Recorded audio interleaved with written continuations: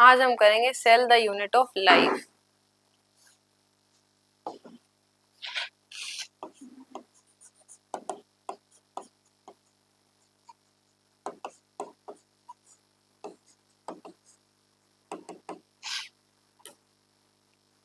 जो सेल है, सेल क्या होती है? It is the structural and functional unit of life.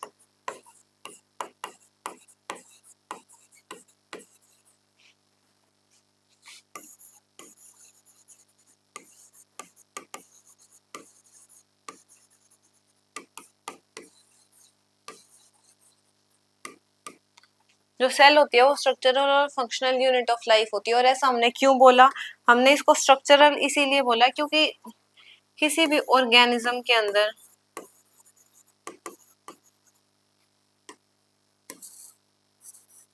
Structural हमने इसीलिए बोला क्योंकि कोई भी, हम ऐसे कह सकते हैं, स्ट्रक्चर जो है सेल से बना है।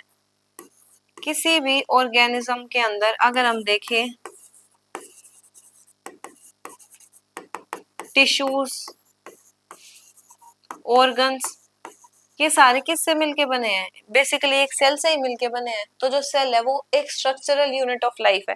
फंक्शनल यूनिट ऑफ लाइफ क्यों बोला हमने? फंक्शनल उसको इसीलिए बोला क्योंकि it can perform all functions by itself.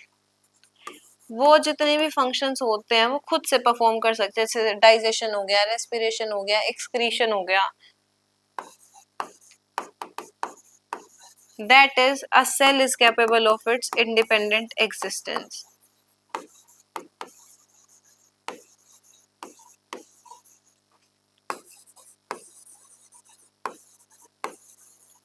वो इंडिपेंडेंटली एग्जिस्ट कर सकती है, वो किसी के ऊपर डिपेंड नहीं होती, वो अपने सारे फंक्शंस खुद परफॉर्म कर सकती है एक सेल। अगर हम ये ऑर्गेनाइजेशन देखें, ये वाली जो ऑर्गेनाइजेशन है, तो ये कैसे होती है? सेल्स वो मिलके बनाएंगे टिश्यूज, टिश्यूज मिलके बनाएंगे टिश्यू सिस्टम, टिश्यू सिस्टम मिलके बनाएगा ऑर्गन, देन ऑर्गन सिस्टम, और फिर उसके बाद बन जाएगा ऑर्गेनिज्म।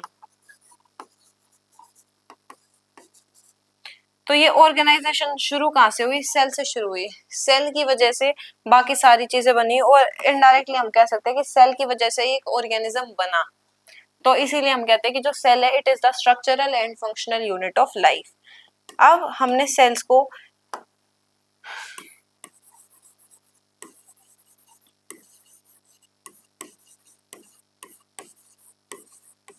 दो टाइप्स में डिवाइड कर दिया, एक यूकैरियोटिक सेल,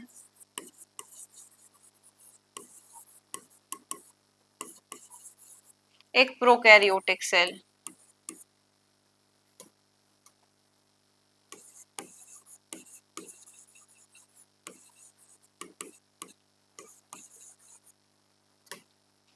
जो एक सेल होती है, सेल के अंदर एक ऑर्गेनल प्रेजेंट होता है जिसे हम कहते हैं न्यूक्लियस।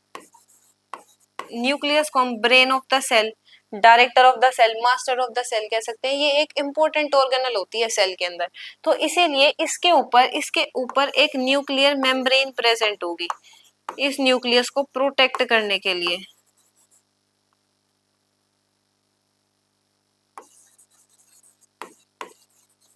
तो जिन सेल्स के पास ये न्यूक्लियर मेम्ब्रेन होगी वो होंगी यूकैरियोटिक सेल, जिनके पास ये न्यूक्लियर मेम्ब्रेन नहीं होगी वो होगी प्रोकैरियोटिक सेल। यानी यहाँ पे क्या होगा? These cells have a well defined nucleus. और वेल डिफाइंड न्यूक्लियस का मतलब क्या है? कि जो इनकी सेल्स होंगी उनके न्यूक्लियस के ऊपर न्यूक्लियर मेम्ब्रेन प्रेजेंट होगी। न्यूक्लियस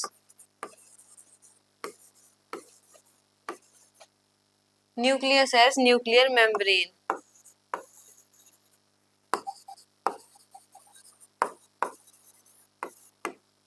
यहाँ पे क्या होगा? cells do not have a well defined nucleus.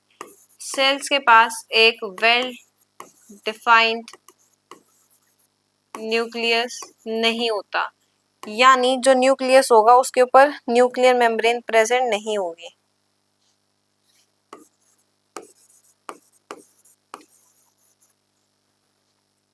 Nucleus has no nuclear membrane.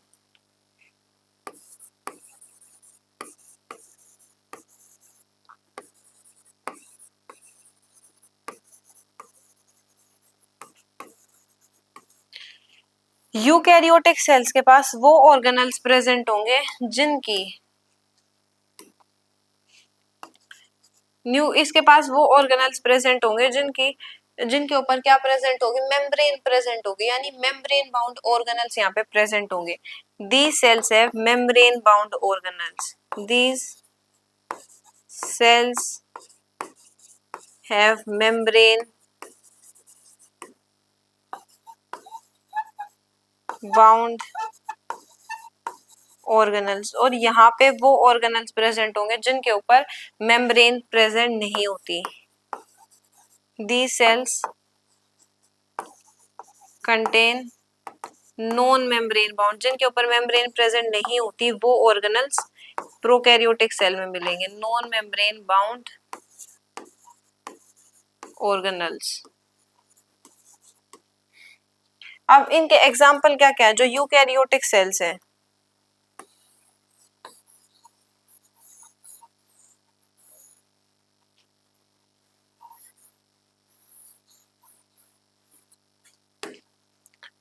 अगर हम इनका साइज देखें तो साइज ऑफ दीज सेल्स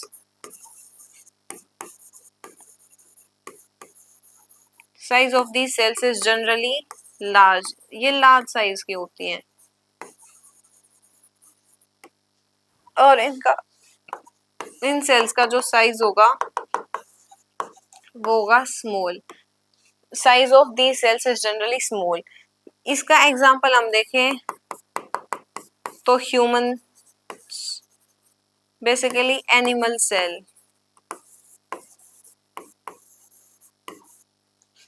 यहाँ पे हम कह सकते हैं बैक्टीरियास, उनके पास प्रोकैरियोटिक सेल होती है। अब जो सेल्स है उनको हम और दो टाइप्स में डिवाइड कर सकते हैं on the basis of number, उनके नंबर के बेसिस पे कि वो एक ऑर्गेनिज्म के अंदर कितने अमाउंट में प्रेजेंट है। तो हमने उनको दो टाइप्स में डिवाइड कर दिया। एक हमने कहा यूनिसेल्युलर सेल्स को नहीं, हमने ऑर्गेनिजम्स को डिवाइड कर दिया सेल्स के नंबर के बेसिस पे। Unicellular organisms, multicellular organisms. Multicellular वो ऑर्गेनिजम्स होंगे जिनके पास मल्टीपल सेल्स प्रेजेंट होंगे। For example humans, plants, animals.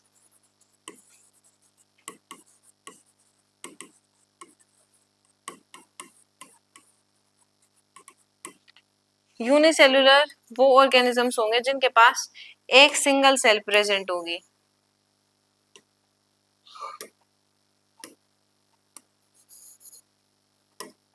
Uni मतलब सिंगल, वन, तो जिनके पास एक ही सेल प्रेजेंट होगी।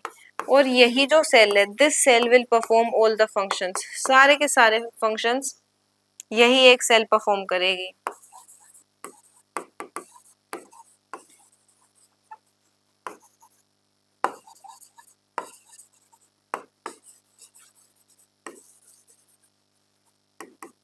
Example amoeba.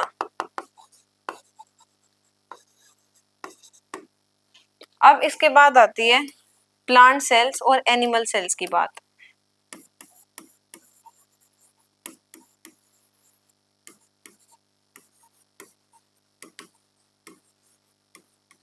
इनके अंदर डिफरेंसेस क्या क्या है। जो एनिमल सेल है यहाँ पे सेंट्रियोल्स और सेंट्रोजोम्स प्रेजेंट होंगे।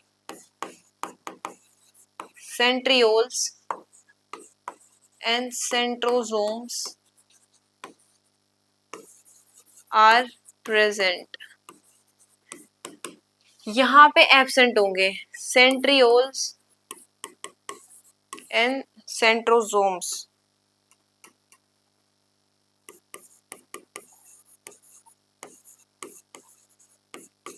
Centrioles and centrosomes are absent. यहाँ पे सेंट्रियोल्स और सेंट्रोसोम्स प्रेजेंट नहीं होते प्लांट सेल के अंदर। यहाँ पे एक सिंगल वैक्यूल प्रेजेंट होता है, one large single vacuole present होगा, एक ही प्रेजेंट होगा, one large vacuole is present. Animal cell के अंदर बहुत सारे वैक्यूल प्रेजेंट होते हैं, छोटे छोटे, small and many vacuoles are present.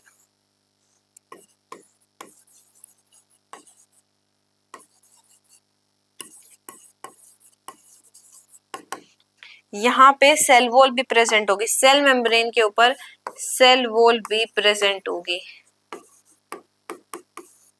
यहाँ पे सेल वॉल एब्सेंट होती है।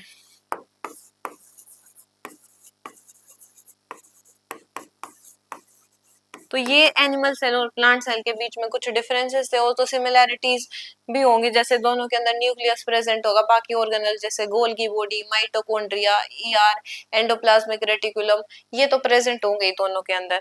अब तो ये हमने देखा कि प्लांट सेल और एनिमल सेल के अंदर डिफरेंस, अब नाम से ही पता चल रहा है कि प्लांट सेल यानी ये वो सेल होगी जो कि प्लांट्स के अंदर प्रेजेंट होगी, एनिमल सेल्स ये वो सेल होगी जो कि एनिमल के अंदर प्रेजेंट होगी। अब एक सेल के अंदर प्रेजेंट होते हैं ऑर्गेनल्स,